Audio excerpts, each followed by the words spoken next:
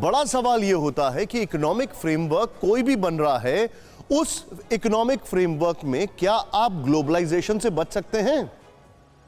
और क्या ग्लोबलाइजेशन को सिर्फ 13 देशों के बीच में सिमटा के रख सकते हैं, जब उन 13 देशों की किसी ना किसी तरीके से चीन के ऊपर डिपेंडेंसी हो? तो फिर क्या किया जाए? धीरे धीरे जैसे रशिया के ऊपर डिपेंडेंसी कम की गई, लेकिन यूरोप वो भी नहीं कम कर पाया। क्या वो एक स्ट्रैटेजी हो सकती है? और क्या उस लिहाज से यह पहला कदम है? और अगर यह पहला कदम है तो इसमें सिर्फ 13 ही देश क्यों हैं? वो भी तब जब पूरी दुनिया में न जाने कितने सारे मुल्क हैं जो चीन के कर्ज के मायाजाल में फंसे हुए हैं। तो उनको सहारा देने के लिए कौन आगे आएगा? एक बड़ा अपडेट यह आ रहा है कि चाइनीज पीएलए क्या Liaoning aircraft carrier East China Sea में लौट आया है। सी ट्रेनिंग के नाम पर पिछले 20 दिनों में इस एयरक्राफ्ट कैरियर के डेक से कई फाइटर जेट्स ने उड़ान भरी। कम से कम 300 सॉर्टीज हुई हैं। मकसद साफ था कि अगर ताइवान को लेकर चीन या जापान आगे बढ़ा तो फिर चाइनीज पावर का सामना करना पड़ेगा। हालांकि ये साइऑप्स हैं, टू बी वेरी ऑनेस्ट, ये साइऑप्स हैं, यानी ये दिखाने की एक स्ट्रैटेजी होती है। ये हाथी के दांत हैं, दिखाने के कोई और, खाने के कोई और। हालांकि सब के बीच हमारे रिपोर्टर अभिषेक उपाध्याय ने बताया है कि इंडो पैसिफिक रीजन में चीन की मनमानी को ट्रैक करने के लिए कल एक बड़ा सिस्टम लॉन्च होने वाला है। क्वाड मीटिंग में इसका ऐलान होगा। क्या है यह सिस्टम, आप खुद देखें।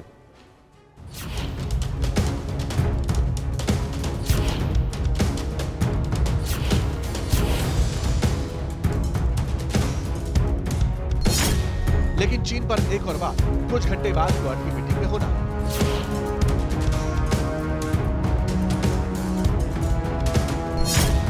चीन पर नकेल कसने के लिए अमेरिका, जापान, भारत और ऑस्ट्रेलिया एक और बड़ा हथियार चलाएंगे।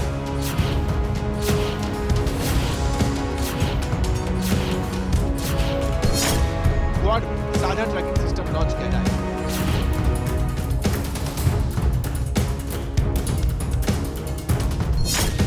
इस ट्रैकिंग सिस्टम के जरिए समंदर में ड्रैगन की हर चाल पर नजर रखी जा सकेगी।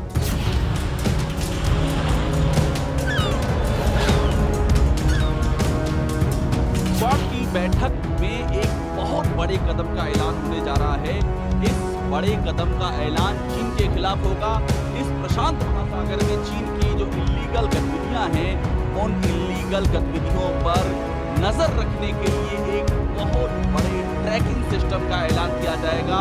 और ये ट्रैकिंग सिस्टम इस पूरे प्रशांत महासागर में निगाह रखेगा। क्वाड के इस ट्रैकिंग सिस्टम के जरिए हिंद प्रशांत क्षेत्र में चीन की मनमानी और आक्रामक गतिविधियों को ट्रैक किया जाएगा।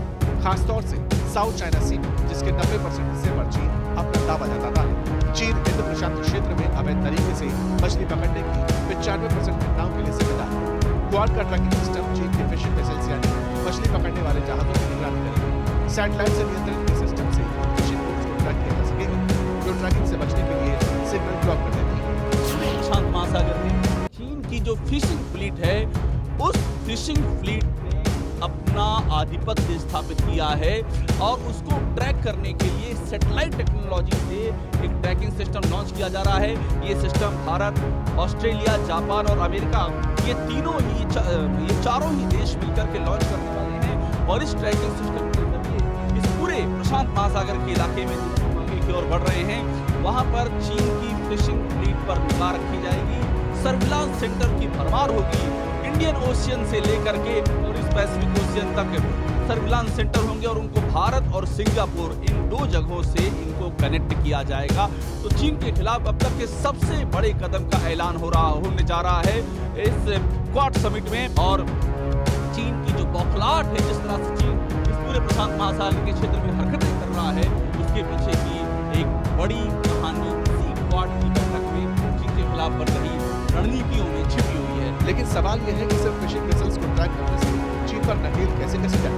इंडो पैसिफिक रीजन के एक्सपर्ट्स के मुताबिक चीन की पीएलए इन्हीं मछली पकड़ने वाले जहाजों के जरिए अवैध तरह से दूसरे देश की सीमाओं में एंट्री करती है।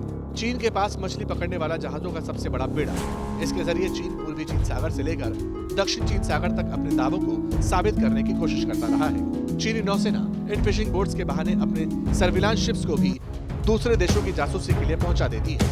क्वाड के इस ट्रैकिंग सिस्टम से इंडो पैसिफिक रीजन में चीन की जासूसी और सैन्य तैयारियों को समझने में भी मदद मिलेगी। इस सिस्टम के जरिए भारत, ऑस्ट्रेलिया और जापान अपने इलाकों में चीन की गतिविधियों और साजिशों पर नजर रख सकेंगे।